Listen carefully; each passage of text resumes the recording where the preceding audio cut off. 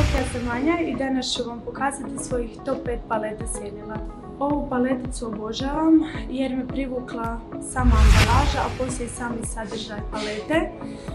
Ona sadrži i šimer i mat sjenila u roskastim i lila tonovima koji odgovaraju svakoj boji očiju. Druga je mini nude mat paleta od Aure. Ona dolazi s malim aplikatorom, a toliko je sitna da stane u svaku torbicu pa je idealna za putovanja. Sadrži 4 neutralne nijanse s kojima možete kreirati od laganog dnevnog pa sve do intenzivnijeg jačeg make-upa. Nude paleta od Balma.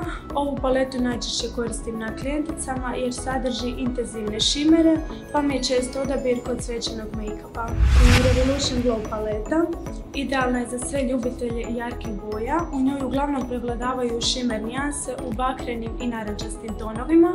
Zbog velikog izbora šimer nijansi možete kreirati svaki glowy look po želji. Catrice Nude paleta. Ovu paleticu sam odabrala jer me sjeti na neke moje početke kad mi je to bila jedna od najdražih paleta. Stoga bi je svakako preporučila početnicima, pigmentacija nije toliko jaka pa je s njom jednostavnije i raditi.